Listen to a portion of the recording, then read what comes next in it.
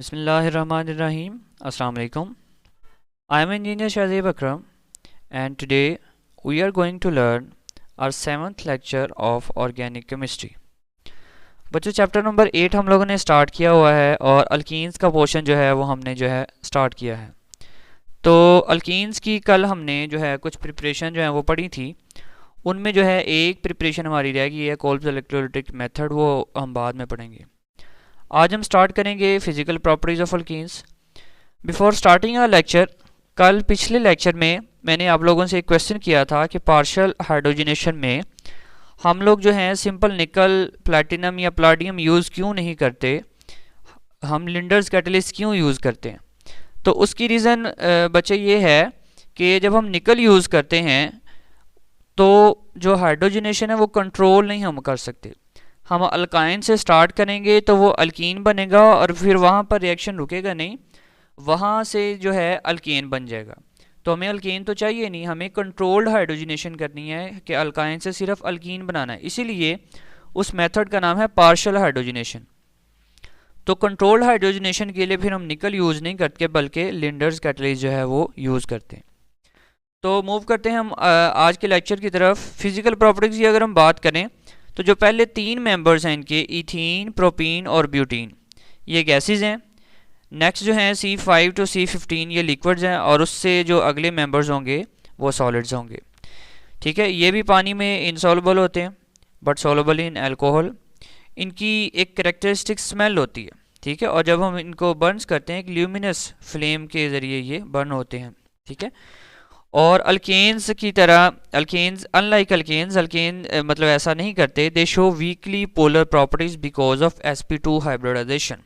ठीक है, इनके अंदर जो हाइब्रिडाइजेशन sp2 होती है, यही वजह है कि ये क्या करते हैं, हमारे पास कुछ इनके अंदर से वीकली जो है पोलर भी होते हैं।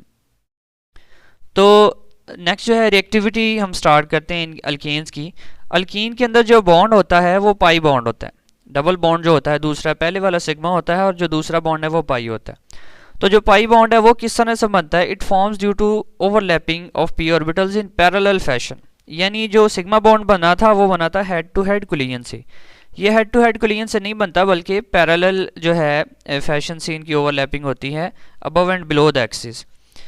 तो यही वजह है कि जो सिग्मा बॉन्ड है वो होता था न्यूक्लियर एक्सिस के करीब, ठीक है, न्यूक्लियर एक्सिस के अराउंड, लेकिन ये न्यूक्लियर एक्सिस से या ऊपर होते हैं या नीचे होते हैं, यानी न्यूक्लियर से थोड़ा दूर होते हैं, अवे फ्रॉम द एक्सिस होते हैं। तो यही वजह है, क्योंकि ये न्यूक्लियर से दूर होते हैं तो जो पाई इलेक्ट्रॉन्स हैं वो सिग्मा के निस्बत जो है ये बॉन्ड जो है वो वीक होता है और इनके ऊपर जो न्यूक्लियस की अट्रैक्शन है वो भी क्या होती है, कम होती है। तो अगर न्यूक्लियस की अट्रैक्शन इनके ऊपर जो कम है तो उस वजह से ये फिर क्या करेंगे, लूजली बाउंड होंगे, लूजली हेल्ड होंगे।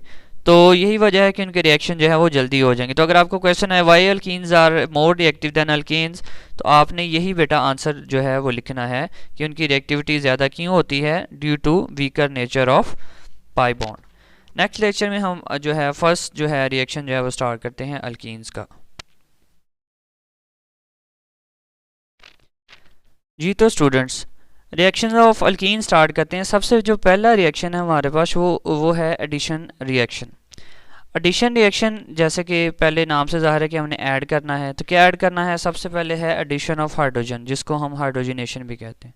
तो ये रिएक्शन हमने पहले भी पढ़ रखा है अल्केन्स की प्रिपरेशन में कि हम अल्कीन्स के अंदर जब हाइड्रोजन ऐड करते हैं इन द प्रेजेंस ऑफ निकल कैटलिस्ट, ठीक है, at a temperature of 1 to 580 है, तो ये हमारे पास जो है अल्केन जो है वो प्रोड्यूस हो जाएगा। तो यहाँ पे हम जब प्रैक्टिकली ये करते हैं तो हम आम तौर पे जो है स्पेशल जो है वो कैटलिस्ट यूज़ करते हैं, स्पेशल निकल जो है वो यूज़ करते हैं जिसको रेनी निकल कहते हैं। आगे उसके बारे में पढ़ते हैं।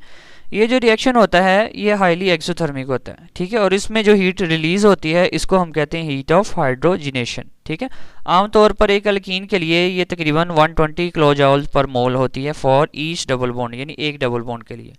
और जैसा कि मैंने बताया कि हम जो है आम निकल जो है वो यूज़ नहीं करते बल्कि रैनी निकल यूज़ करते हैं इसके अंदर। ठीक है, और ये जो रिएक्शन है इसके जो है काफ़ी ज़रा इस्तेमालात भी हैं, पहले भी मैंने इसके ऊपर बात की है। लेबॉरेटरी में भी यूज़ होते हैं, वेजिटेबल घी बनाने में भी यूज़ होते हैं। ठीक है, और किसी भी अनसैचुरेटेड कंपाउंड्स को सैचुरेटेड कंपाउंड में कन्वर्ट करने के लिए भी इसका जो इस्तेमाल जो है वो किया जाता है। अभी जो रैनी निकल है ये किस तरह जो है वो बनाते हैं, रैनी निकल जो बनाने का तरीका ये होता है कि हम जो निकल और एल्युमिनियम का जो एलॉय है उसको ट्रीट करवाते हैं सोडियम हाइड्रोक्साइड के साथ in the presence of water. ठीक है, तो आपके पास ये जो है कंपाउंड ये जो निकल बनेगी इसको रैनी निकल कहेंगे और इसके साथ हमारे पास कुछ साइड प्रोडक्ट्स जो हैं वो बन जाएंगी। तो सेकंड जो है ये रैनी निकल तो बना ली, अब इससे हमने हाइड्रोजनेशन कैसे करनी है। हमारे पास एग्जांपल आ गई इथीन की, हमने उसके अंदर हाइड्रोजन ऐड किया तो इथीन बन गया, पहले भी हमने इसको पढ़ा हुआ है। बेंजीन ये भी एक अनसैचुरेटेड कंपाउंड है, 3 डबल बॉन्ड होते हैं इसके अंदर, तो इसके अंदर हम 3 हाइड्रोजन मॉलिक्यूल जो ऐड करेंगे तो ये भी किस में चेंज हो जाएगा, साइक्लोहेक्सेन में, जो कि एक अल्केन है। इसी तरह थर्ड रिएक्शन में भी हमारे पास एक जो है 3 मिथाइल 1 ब्यूटेन कंपाउंड है, उसके अंदर एक डबल बॉन्ड है तो हम एक हाइड्रोजन ऐड करेंगे तो वो आइसो ब्यूटेन में चेंज हो जाएगा। ये नीचे इसका नेम गलत लिखा हुआ है, बेंटेन नहीं है, ये ब्यूटेन है, आइसो ब्यूटेन। तो ये हमारे पास जो है एडिशन रिएक्शन की जो है पहली एग्जांपल होगी, एडिशन ऑफ हाइड्रोजनेशन। तो यहाँ पे बच्चे एक चीज़ ज़रा काबिल गौर है कि यहाँ पर हमने सिंपल निकल क्यों नहीं यूज़ की, रैनी निकल क्यों यूज़ की है। तो ज़ाहिर है इसकी भी कुछ ना कुछ जो है वो रीज़न होगी, तो आप लोग इसके बारे में आज सर्च आउट करिएगा, तो इंशाल्लाह हम नेक्स्ट लेक्चर में इसके ऊपर भी बात करेंगे कि हम सिंपल जो निकल है वो क्यों यूज़